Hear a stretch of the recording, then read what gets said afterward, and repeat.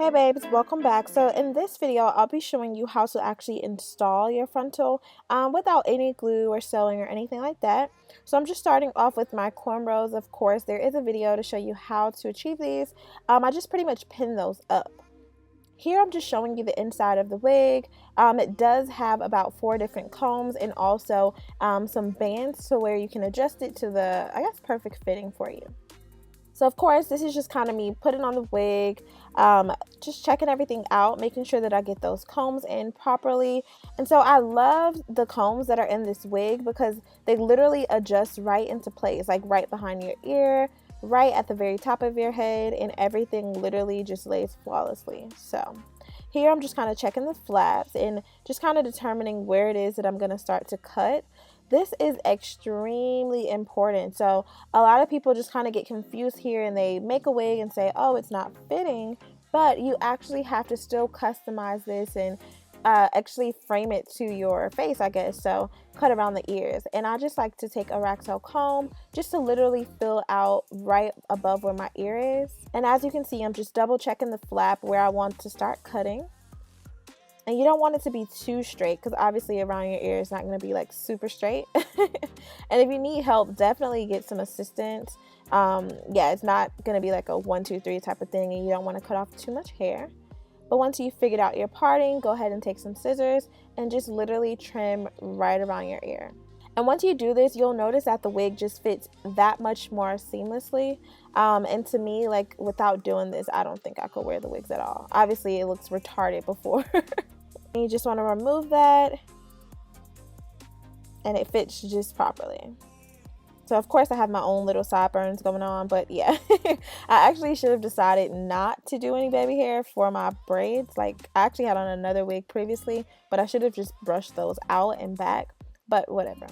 So yeah, I'm just doing the same thing on the other side, just carving out around my ear. I'm gonna pin that hair back and then go ahead and just start to trim. And you don't have to go as fast as me. You'll notice that I'm not really speeding up this video at all. But yeah, you definitely want to just kind of take your time with it because you can trim off hair unnecessarily and you don't want to do that. And as you can see, this lace is really, really thin and lightweight. It literally melts into my skin. So this is really, really perfect. It's going to be in the color light brown. And I just use a couple clips just to pin the hair back. Obviously, these duckbill clips, they do work, but I kind of ran out of them. So this will have to suffice. So once you've gotten the hair all tucked away, you want to go ahead and take your scissors and just kind of trim right around that hairline. Get it as close as possible to where the hair is or begins, and you see what I mean. So yeah, just go ahead and start trimming that away. And really, truly, like, the type of lace that I guess you use or whatever is going to be made with that closure or frontal, so on and so forth, is going to determine how seamlessly the wig just kind of fits into place and goes along with your skin. So that is really important. If you have the option to get dark brown, light brown, definitely pay attention to that because obviously it's only so much customizing you can do if you're a completely different skin tone. So for me, I was kind of happy with the way that I cut it, trimmed it, so that was perfect. So I'm just going to kind of tilt this back a little bit, push it back. And like I said, I should have definitely combed out my own baby hair, but it just is what it is. I should have pushed that back, but I'm going to go ahead and use this Gossipy Glue. Now, y'all, I literally made a FAQ video talking about how this product was just kind of annoying. And don't get me wrong, it is. This is not something that I would do every single day because it will dry out your edges, along with just the fact that it turns white. Like, yeah, so I'm solely doing this for people that ask me, you know, how can I apply this wig without using glue or tape? This is going to be exactly how. And you just take a blow dryer on light, maybe medium heat. And you'll actually notice that it has like a cooling sensation. So as it dries, it literally gets cold. And you know it's done once it's no longer cold. So yeah, you just kind of slowly bring the wig onto that glue, or I guess almost like glue, the gel. And I'm just literally sitting it there. And then once I'm in a comfortable spot, I'll go ahead and just take my rat tail comb and start to kind of press that into my skin. Now I ended up having to go back just to redo the sides of it because I didn't put enough glue, but that's perfectly fine. I didn't want to overkill with the glue anyway. Like I said, I'm strictly doing this just for you guys that are wanting to know how to lay down the wig. And if you see my last frontal video, like I did not glue down the wig at all, or I didn't use tape, I didn't use gel, anything. Like I literally put the wig on and went. I had no issues with it, but you know, everybody's different, so hope this helped you guys. So just taking another look at the hair, and as you can see, it's not going anywhere. Everything is just really flawless, so I really did like that. And so remember in the last video where I told you I like to thin out around the temple area, that is exactly why. So as you can see, it looks a lot more natural around that area, and that's usually where I tend to part when I have frontals anyway. So I just pulled out some hair from around my ears and just kind of trim those up a bit. Didn't want super long sideburns for this, so yeah, I just trimmed that just a little bit. Of course, I went ahead and took my Cream of Nature mousse. Y'all know this is my go-to product, just to smooth down the hair. Now, it will appear a bit shinier in the video, and that's because it was just extremely wet. But once it dries, it lays flawlessly, and you don't actually have to worry about anything. So I'm just taking a comb and laying down the baby hair. I don't believe that I did that in my last frontal video, and it was because I was just going for a more natural look. But everybody's obsessed with baby hair, so I guess we'll just keep that trend going.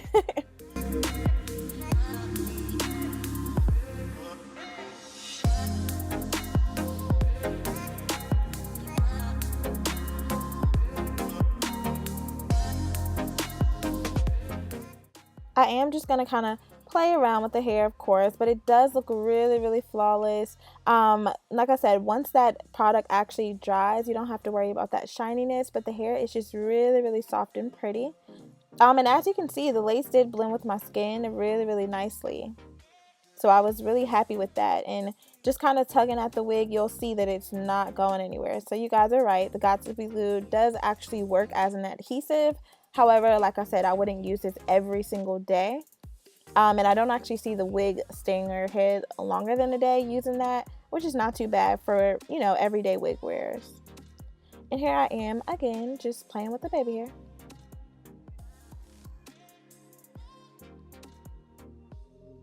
And I love this freaking mousse because no matter how many times I use it, the hair does not get stiff with it, like at all. Because I'll play around with the baby hair a million times using the mousse, and it never changes the hair at all. So I think that it came out really cute. Definitely leave any comments or questions down below, of course. And it's really cute. I didn't know if I was going to wear it like a side part or a middle part.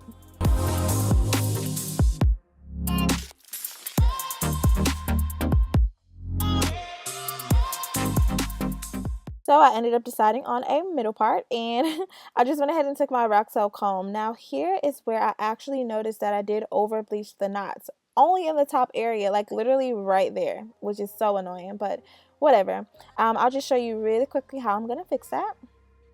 So I just went ahead and parted out the space. I'm going to take some black mascara and literally just go over the top of the hair. Now obviously I could take it a step further. I could have taken off the wig, dyed the hair literally back dark brown or black, but that's just way too much. So I did go ahead and just take my mascara, taking my argan oil or mousse just to go ahead and smooth down all of the hairs. And then once I go back in just to redefine that part, I'll go back in with the mascara as well. And that is just a really good trick just to kind of get rid of, I guess, any discoloration. Now obviously if you mess up the wig way too bad, you don't want to go all around the freaking wig with mascara. So you'll definitely want to go back and just bleach the hair again, or not bleach, I'm sorry, dye the hair again. But yeah, as you can see, that was just a really quick fix. And you guys, I've clearly been obsessed with making sure that my part looks perfect. So I'm just going to go in with some powder. Even though I did it up under the wig, you could have totally used a wig cap. I just went ahead and used that Fit Me foundation pressed powder just to go back through my part. Again, playing with some baby hair.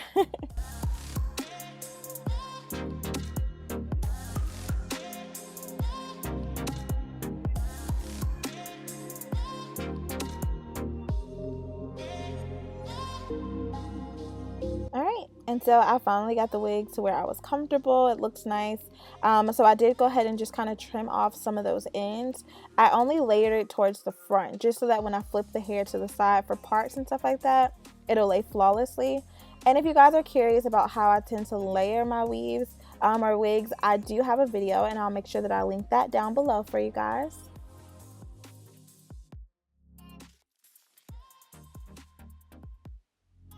So yeah, this is pretty much the final product. Definitely stay tuned for the next upcoming videos for how to bleach the knots on a lace closure or frontal. Other than that, I will see you in my next video. Stay pretty. I love you guys, and I'll see you next time. Bye.